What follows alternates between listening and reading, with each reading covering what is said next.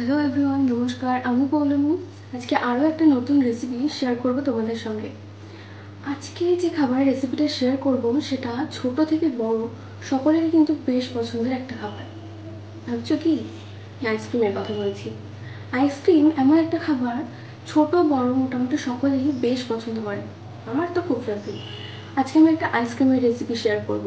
পুরো July মাসটাকেই ice cream month বলা হয়। তো চলো শোনা যাক তাহলে আইসক্রিমের গল্পটা কি। আইসক্রিম শুরু হয়েছিল আজ থেকে অনেক বছর আগে, কিন্তু তখন আইসক্রিম কিন্তু এখনকার আইসক্রিমের মতো ছিল না। তখন আলেকজান্ডার আইসক্রিম খেতে খুব ভালোবাসতেন। এবার আইসক্রিম কী করে পাওয়া যায়? আলেকজান্ডার সবাইকে বলতেন পাহাড় থেকে বরফ নিয়ে আসার কথা। পাহাড় থেকে বরফ নিয়ে আসা হতো তার জন্য। এবার সেই বরফে মধু মিশিয়ে খেতেন আলেকজান্ডার। খেতে কিন্তু বেশ ভালো লাগতো।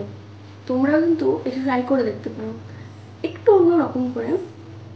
মানে বরফটাকে ভালো করে ক্রাশ করে নিয়ে তার মধ্যে মধু, লেবু আর একটু বিট নুন দিয়ে সেটা ট্রাই করতে পারো, বেশ ভালো খেতে লাগে।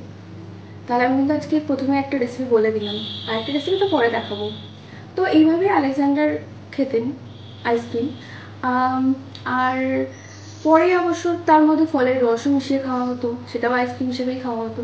তবে এখনকার যে আইসক্রিম সেটা মানে এসেছিল চীন থেকে, শোনা যায়। মানে অনেকেই বলেন যে চীন থেকে নাকি এখনকার আইসক্রিমের উৎপত্তি। আর তার ভারতে নাকি আইসক্রিম আইসক্রিম এসেছিল মুঘলদের হাতে।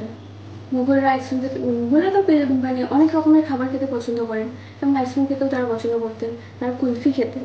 তো সেই কুলফি থেকে ভারতে আইসক্রিম এসেছিল বলে মনে করা হয়। আমি আজকে একটা আইসক্রিমের স্পেশাল রেসিপি শেয়ার করবো। চলো তাহলে দেখা যাক আজকে আইসক্রিমের কী রেসিপি দেখাচ্ছি।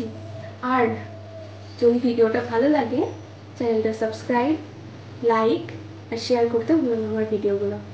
চলো তাহলে দেখা যাক আইসক্রিমের একটা রেসিপি।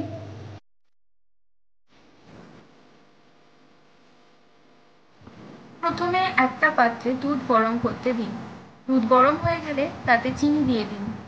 চিনি দুধের সঙ্গে ভালো করে মিশে গেলে এবার তাতে একে একে একটা ছোট এলাচ, সামান্য দারচিনি এবং 6টা লবঙ্গ দিয়ে দিন। দুধটা ভালো করে ফুটে উঠলে এবার তাতে চা দিয়ে দিন।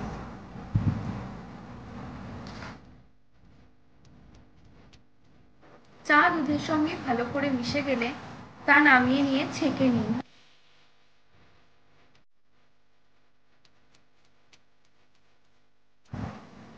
ছেঁকে নেওয়া দুধটা আবার গরম হতে দিন। এবার একটা পাত্রে ময়দা এবং দুধ ভালো করে মিশিয়ে নিন। সেই ময়দা ও দুধের মিশ্রণটা ঢেলে দিন,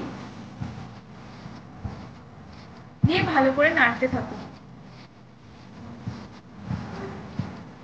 মিশ্রণটা ঘন হয়ে গেলে আধ ঘন্টার জন্য ঠান্ডা হতে দিন।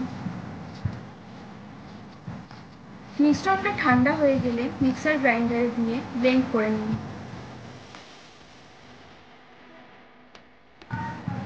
নামিয়ে নিয়ে একটা এয়ার টাইট কন্টেনারে করে 6 থেকে 7 ঘন্টার জন্য ফ্রিজে রাখুন।